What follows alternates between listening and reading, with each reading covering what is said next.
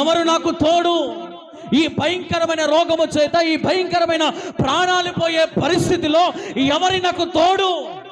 ఏ తోడు లేక, ఏ ఆధారము లేక, ఏ సహాయము లేక దిక్కుమాలిన పరిస్థితిలో నేను ఉన్నప్పుడు ఎవరి నాకు తోడు అని అతను ఏడుస్తూ ఏడుస్తూ ఏడుస్తూ దేవుణ్ణి అడుగుతా ఉన్నాడట.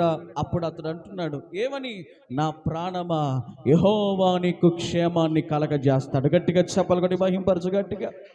హల్లెలూయా.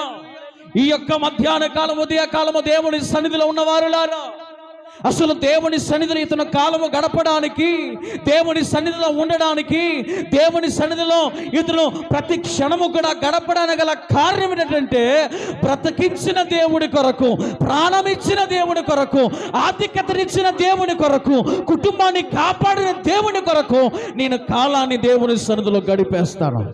హల్లెలూయా. ఎంత మంచి తీర్మానం అండి, ఎంత మంచి తీర్మానం.